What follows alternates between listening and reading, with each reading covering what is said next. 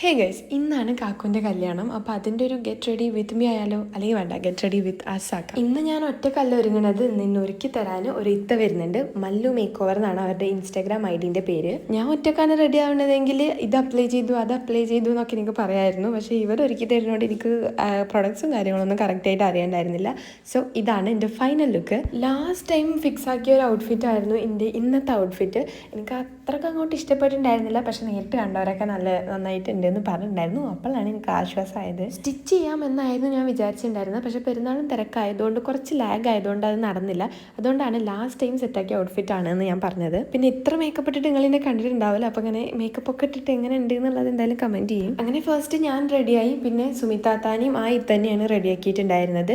ഇനി നമുക്ക് നമ്മുടെ പുതിയാപ്ലനെ റെഡിയാക്കണം.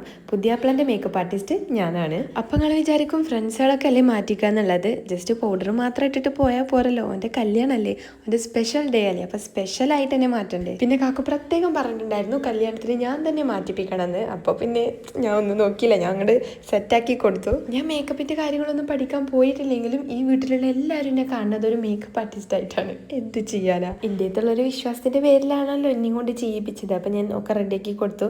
കുറച്ച് മോയ്സ്ചറൈസറും സൺസ്ക്രീനൊക്കെ ഒത്തിരി അധികം തന്നെ ഇട്ട് കൊടുത്തുക്കണു. പിന്നെ കുറച്ച് ഫൗണ്ടേഷനും പിന്നെ സ്പ്രേയും കാര്യങ്ങളൊക്കെ ഇങ്ങോട്ട് ഒക്കെ പാടെ സെറ്റാക്കിയിട്ട് പുതിയാപ്പിളനെ ഞാൻ ഇങ്ങോട്ട് സുന്ദര കുട്ടപ്പനാക്കി എടുത്തിട്ടുണ്ട്. പുതിയാപ്പിളനെ പിന്നെ റെഡിയാക്കി കൊടുത്തപ്പോൾ പിന്നെ ഇങ്ങോട്ട് കാണാൻ കിട്ടിയിട്ടില്ല. ഫോട്ടോസൊക്കെ എടുക്കാൻ വേണ്ടിയിട്ട് അങ്ങനെ പോയിട്ടുണ്ടായിരുന്നു. പിന്നെ ഞാൻ റെഡിയാക്കിയത് ഉമ്മാനെയാണ്. ഇമ്മൊരു സുന്ദരി കുട്ടിയായില്ലേ. അപ്പോൾ ഇതാ നമ്മളെല്ലാവരും റെഡിയായി. അപ്പോൾ കല്യാണത്തിൻ്റെ വ്ളോഗ് ഞാൻ ഓൾറെഡി അപ്ലോഡ് ആക്കിയിട്ടുണ്ട്. അപ്പോൾ നേരെ കല്യാണം കൂടിയിട്ട് നാത്തൂനെയും കൂട്ടിയിട്ട് നമുക്ക് ഇങ്ങോട്ട് തിരിച്ചു വരാം. അപ്പോൾ എത്രയേ ഉള്ളൂ, ബൈ.